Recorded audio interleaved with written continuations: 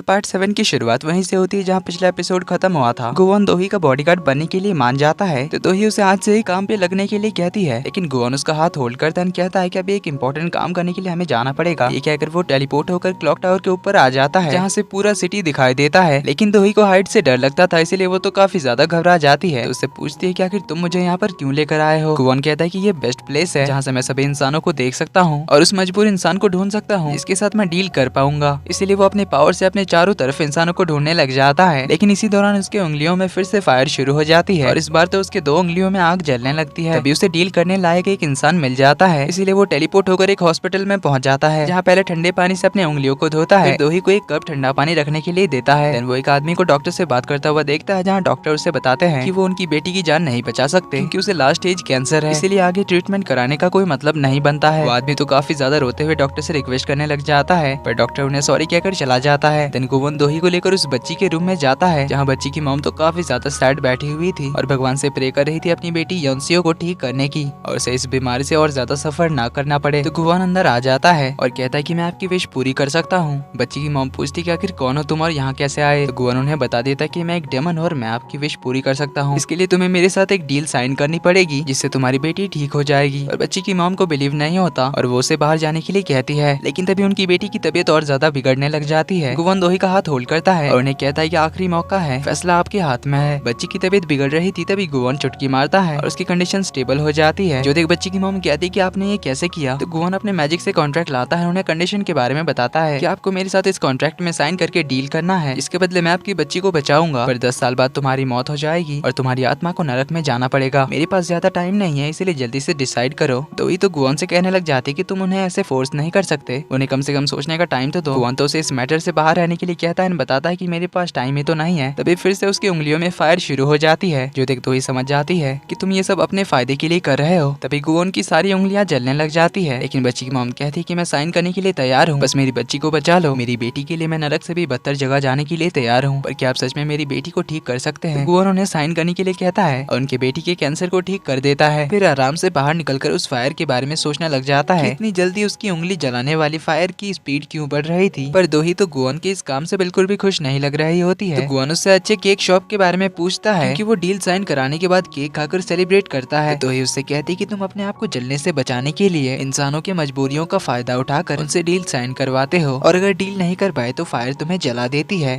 तो तुम ये काम अपने सेल्फिश रीजन के लिए कर रहे हो। गुवोन कहता है यही मेरा काम है क्योंकि मैं अपने आप को जलाकर राख नहीं करना चाहता। दोही कहती है तुम अपने आप को बचाने के लिए दूसरों की जिंदगी के साथ खेलते हो, क्या ये तुम्हें सही लगता है। गुवोन कहता है दुनिया में कोई भी चीज फ्री में नहीं मिलती और मैं तो उल्टा इंसानों की विश पूरी करता हूँ, इसकी कीमत उन्हें चुकानी तो पड़ेगी ना। इस पर दोही कहती है तुम सच में शैतान हो, इंसानों की मजबूरियों का फायदा उठाकर उनकी जान लेते हो। गुवोन कहता है कि पर मैंने तो उस बच्ची की जान बचाई, क्या तुमने देखा नहीं वो बच्ची मरने वाली थी। इस पर दोही कहती है कि पर तुमने कभी ये सोचा है कि उस बच्ची को जब पता चलेगा कि वो जिंदा है अपनी मॉम की कुर्बानी की वजह से, तब वो अपनी पूरी लाइफ कितनी गिल्टी फील करेगी। लेकिन गुवोन कहता है कि अब ये इंसानों के बेकार इमोशंस के बारे में बात करना छोड़ो, मुझे एक अच्छे से केक शॉप पर ले चलो। लेकिन दोही तो उसे इग्नोर करके जाने लगती है। तो गुवोन उसे रोककर उसके ऑफिस ही चलने के लिए कहता है, पर दोही उसे कहती है कि अब मुझे तुम्हारी जरूरत नहीं है, आज से तुम मेरे बॉडीगार्ड हो, तुम जैसे डेविल को मैं अपने आसपास भी नहीं देखना चाहती। ये कहकर वो चली जाती है। तो गुवोन कहता है कि सेल्फिशनेस के मामले में इंसान डेमन से काफी गुना आगे है। जब किसी मुसीबत में पड़ोगी तब तुम्हें मेरी जरूरत का एहसास होगा। सीन कट होता है, हमें मैडम जू को दिखाया जाता है जो कि उसी हैंड ग्लव्स वाले बंदे को डांट रही होती है कि तुमने अपने बुरे काम को अंजाम देने के लिए एक जान ले ली, तुमने जो किया इसके लिए तुम्हें सजा तो मिलनी ही चाहिए। अब ये सुन ग्लव्स वाला बंदा यहाँ से जाने लगता है और दूर खिड़की से वो मैडम जू की ओर देखता है और वो काफी ज्यादा गुस्से में लग रहा था। यहाँ भी हमें उसका फेस नहीं दिखाया जाता। पर इधर गुवोन तो बड़े मजे के साथ केक खा रहा था नया डील करने की खुशी में। तभी बटलर आकर बताता है कि आपने जो कंडीशन बताया था अपना टैटू दोही के हाथ से वापस लेने के बारे में, वो मैंने पता कर लिए हैं। टाइम था रात के 12:30 बजे का। समंदर के पानी का टेम्परेचर था 15.8 डिग्री सेल्सियस।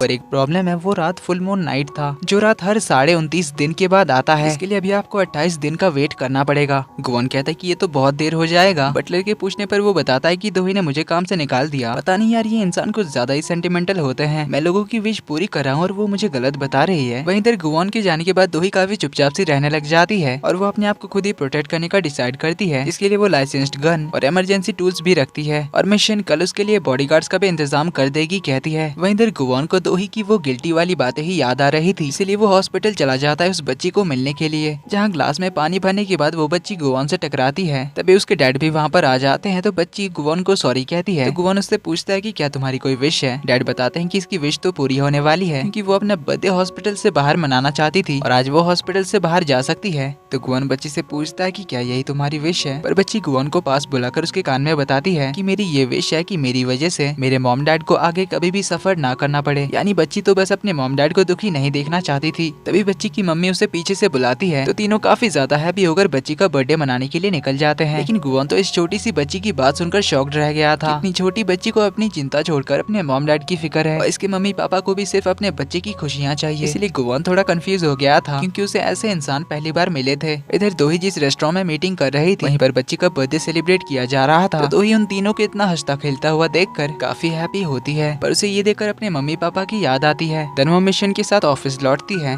मिशन बताती है कि आपके बॉडीगार्ड का इंतजाम कर दिया है। दोही जैसे ही कार से बाहर निकलने वाली होती है कि तभी बाहर गुवान खड़ा होता है हाथ में छाता पकड़े, क्योंकि बाहर बारिश हो रही थी। दोनों काफी देर तक बिना कुछ कहे बस एक दूसरे को देख रहे थे। वहीं गुवान तो अब फुल बॉडीगार्ड के अंदाज में होता है। जिसके बाद वो सभी ऑफिस के अंदर आते हैं, जहाँ गुवान मिशन से पूछता है कि क्या मुझे कोई गन या फिर कोई वेपन मिलेगा। लेकिन मिशन तो उसे मार्शल आर्ट्स की किताब और वेपन्स ट्यूटोरियल की किताब पकड़ा देती है, जिन्हें गुवान लेकर पढ़ने बैठ जाता है। ऑफिस के सारे स्टाफ्स तो उसके बारे में गॉसिप करने में ही बिजी होते हैं, स्पेशली लड़कियां तो गुवान के हैंडसमनेस पे फिदा हो गई थी। लेकिन गुवान तो फुल कंसंट्रेशन के साथ बुक्स पढ़ रहा था। देन ऑफिस के बाद गुवान उससे घर छोड़ने के लिए जा रहा था, तो ही उससे पूछते कि तुमने अपना माइंड क्यों चेंज किया। गुवान कहता है कि मेरी लाइफ कुछ ज्यादा ही पीसफुल हो गई थी, इसीलिए सोचा कि कुछ प्रॉब्लम्स के ही गले पड़ जाऊं। तो ही पूछते कि वैसे तुम डेमन कैसे बने, या तुम पैदा ही डेमन हुए थे, और वैसे तुम्हारी एज क्या है। गुवान बताता है कि मैं डेमन की लाइफ 200 सालों से जी रहा हूँ, पर मैं पहले इंसान हुआ करता था, पर तुम सब जैसे लो लेवल का नहीं था, इसीलिए तो गॉड ने सारे इंसानों में से मुझे चूज किया हेल की जिम्मेदारी संभालने के लिए, क्योंकि तुम इंसानों के मुकाबले मेरा लेवल ही अलग था। पर दोही तो उसकी बात को मजाक में उड़ा देती है। तभी वो मैडम जू को कॉल लगाने जाती है, लेकिन उनका कॉल नहीं लग रहा था, इसीलिए वो उनसे मिलने के लिए उनके घर की ओर जाती है। पर वहाँ जाकर वो देखती है कि मैडम जू तो अपने ग्रीन हाउस में बैठे हुए ही मर चुकी थी। जो देख दोही काफी ज्यादा सैड होती है, फूट फूट कर रोने लग जाती है और गुवान से रिक्वेस्ट करने लग जाती है कि मैं तुम्हारे हर कॉन्ट्रैक्ट पे साइन करने के लिए तैयार हूँ, बस तुम मेरी मैडम जू को बचा लो। इस पर गुवान उसे कहता है कि मैं किसी मरे हुए को वापस से जिंदा नहीं कर सकता। जो सुन दोही तो बहुत ही ज्यादा रोने लग जाती है। इसके बाद हमें मैडम जू के फ्यूनरल का सीन दिखाया जाता है, जहाँ मैडम जू का बेटा और बेटी दोनों ही अपने फेक आंसू के साथ वहाँ पर खड़े होते हैं। वहीं दोही उनसे थोड़ी दूर मैडम जू को याद कर रही थी। तभी जूसियोक उसके पास आकर उसे बताता है कि मैडम जू ने मरने से पहले एक फाइनेंशियल ऑडिट टीम बनाई थी, लेकिन अभी उस ऑडिट टीम को बोर्ड मेंबर्स ने कैंसिल कर दिया है। जो सुन दोही तो सोच में होती है। तभी सुहान आकर उसे नीचा दिखाने लग जाती है कि अब तो तुम्हारी साइड लेने के लिए मॉम भी नहीं है, पर दोही तो उसे चुप करा देती है। तभी सुहान के बच्चे वहाँ कुछ बॉटल्स फोड़कर भागने लग जाते हैं, तो सुहान उन्हें पकड़ने के लिए उनके पीछे भागती है। जो देख यहाँ मौजूद सभी लोग तो हंसने लग जाते हैं। जो देख दोही और गुवान को ये समझने में देर नहीं होती यहाँ पर कोई फ्यूनरल नहीं चल रहा, यहाँ तो पार्टी हो रही है। दोही आसपास देखते है कि सारे बड़े बड़े शेयर होल्डर्स और बिजनेस पार्टनर्स की सब लोग तो यहाँ बस बिजनेस की बातें कर रहे हैं। जो सब देखकर दोही को बहुत ही बुरा फील होता है, इसलिए वो यहाँ से चली जाती है। वहीं इस पार्टी में हम उस किलर को भी देखते हैं जो दोही पर नजर रखे हुए था। इसके बाद सिक्योरिटी का ड्रेस पहनकर वो घर के सीसीटीवी कंट्रोल रूम में घुस जाता है। दोही अपसेट होकर मैडम जू के ग्रीन रूम में आती है, जहाँ वो प्लांट्स लगाया करती थी और उनके साथ अपने पलों को याद कर रही थी। तभी यहाँ पर नौसुक का बेटा म्योंग आता है, जो यहाँ सिगरेट जलाने वाला था। तो दोही उसे मना करती है, क्योंकि मैडम जू को सिगरेट की बदबू बिल्कुल भी पसंद नहीं थी। लेकिन म्योंग कहता है कि बुढ़ी तो मर चुकी है और ये सब कुछ अब मेरे डैड का है, इसके बाद मेरा होगा, इसलिए मैं कुछ भी कर सकता हूँ। पर दोही तो गुस्से में उसका सिगरेट लेकर फेंक देती है। जो देख म्योंग कहता है कि आज मैं जाने देता हूँ, क्योंकि आज बहुत ही खुशी का दिन है, पर अगली बार ऐसा कुछ भी करने के बारे में सोचना भी मत। दोही कुछ कहने जा रही थी, तभी वहाँ पर गुवान आ जाता है। तो म्योंग उससे पूछता है कि आखिर तू है कौन। देखकर लगता है बॉडीगार्ड है। गुवान कहता है मैं मिस दोही के लिए कुछ ऐसा हूँ जो उनसे दूर नहीं जा सकता, पर ना ही मैं इनका बॉयफ्रेंड हूँ ना ही एक्स। म्योंग कहता है समझ गया, तू भी इसकी तरह सड़क छाप है। ये कहकर वो जाने लगता है, तो गुवान दोही का हाथ होल्ड करता है अपनी पावर से म्योंग को दरवाजे से टकराता है। जो देख दोही स्माइल करती है। देन गुवान दोही के साथ बैठकर मैडम जू के बारे में काफी सारी बातें करता है और दोही को कंसोल भी करता है। तभी वहाँ पर पुलिस वाले आ जाते हैं, जो इन सभी को बात करने के लिए अंदर बुलाते हैं, जहाँ वो बताते हैं कि मैडम जू की बॉडी में डिक्लोफेनेक नाम के मेडिसिन के पार्टिकल्स मिले हैं। लगता है मरने से पहले उन्होंने वही खाया था। जो सुन दोही बताती है कि ऐसा नहीं हो सकता, क्योंकि मैडम जू ने कभी भी उस मेडिसिन को नहीं लिया, क्योंकि वो उस मेडिसिन से एलर्जिक थी। इससे दोही तो समझ जाती है कि उनकी मौत नेचुरल हार्ट अटैक से नहीं हुआ है। पर नौसुक कहता है कि इन सब का अब कोई फायदा नहीं है। अभी हमारी कंपनी के लिए यही अच्छा होगा कि हम अनाउंस करें कि उनकी मौत नेचुरल हार्ट अटैक से हुई है, क्योंकि हमारे शेयर्स ऑलरेडी डाउन चल रहे हैं और अगर इस बारे में बताया तो बाहर बहुत सारी गॉसिप्स होंगी, जिससे हमारी कंपनी को बहुत नुकसान होने वाला है। इसीलिए ये सब तो मान जाते हैं इसे हार्ट अटैक बताने के लिए। पर दोही कहती कि ये मेडिकल नेग्लिजेंस है, किसी ने जानबूझकर उनकी मेडिसिन बदली है, पर सुवान कहती कि सच पता करने के बाद भी इसका तो कोई फायदा नहीं होने वाला, हमारी मॉम वापस से जिंदा नहीं हो जाएंगी, इसलिए अभी हमें कंपनी के बारे में सोचना चाहिए। तो वो पुलिस वालों को भी इस बारे में कुछ भी बताने से मना करता है और बाहर इस बारे में अनाउंस करने जाता है। लेकिन दोही तो समझ जाती है कि मैडम जू को इनमें से ही किसी ने मारा है, इसलिए वो अपनी मैडम जू को इंसाफ दिलाने के लिए बाहर जाकर सबके सामने कह देती है कि मैडम जू की मौत नेचुरल नहीं है, बल्कि उनका किसी ने मर्डर किया है। लेकिन यहाँ सारे बंदे नोसुक के ही थे, इसलिए वो उसे चुप रहने के लिए कहते हैं, अपने गार्ड्स को उसके साथ लगा देते हैं और मैडम जू के लॉयर को उनकी विल पढ़ने के लिए कहता है। अब ये लोग तो सोचकर बैठे थे कि मैडम जू अपनी सारी प्रॉपर्टीज और मेरा ग्रुप अपने बड़े बेटे को देंगे, लेकिन उन्होंने तो अपनी सारी प्रॉपर्टीज, शेयर और कंपनी दोही के नाम पर ट्रांसफर कर दिया था। पर एक कंडीशन भी था कि मैडम जू के मरने के 1 साल के अंदर उसे शादी करनी पड़ेगी, तभी उसे ये सब कुछ मिलेगा, वरना सब कुछ एक वेलफेयर फंड में चला जाएगा। जो सुन तो सब लोग एकदम हैरान हो जाते हैं, स्पेशली नोसुक और सुवान। वहीं दोही भी ये सुनकर हैरान थी। दोही ये सब सुनकर लॉयर के पास आती है, वहीं सुवान तो पागलों की तरह हरकत करने लग जाती है। वहीं नोसुक की वाइफ कहती कि तुम इसे एक्सेप्ट तो नहीं करोगी ना। लॉयर मैडम जू का लिखा हुआ 3 लेटर नोसुक, सुवान और दोही को देते हैं। सुवान तो दोही पर अटैक करने ही आ जाती है, पर जूसेओक उसे पीछे हटा देता है। दोही तो मैडम जू का लेटर देखकर काफी इमोशनल होकर उनकी तस्वीर की ओर देखती है, अपने मन में कहती है कि आपको जिसने भी मारा है उसे मैं सजा दिलाकर रहूंगी और सच का पता लगाऊंगी, चाहे इसके लिए मुझे उस डेमन से हाथ क्यों ना मिलाना पड़े, और आपने जो जिम्मेदारी मुझे दी है उसे मैं पूरी शिद्दत के साथ निभाऊंगी। ये बोलकर वो गुआन की ओर जाती है, उनसे कहती है और उसे डायरेक्टली शादी करने के लिए कहती है, और ये बोलकर वो मैडम जू का दिया हुआ एक रिंग निकालती है और गुआन की ओर बढ़ाती है, जिससे गुआन तो हैरान रह जाता है। इसी के साथ पार्ट 7 का एंड यहीं पर होता है।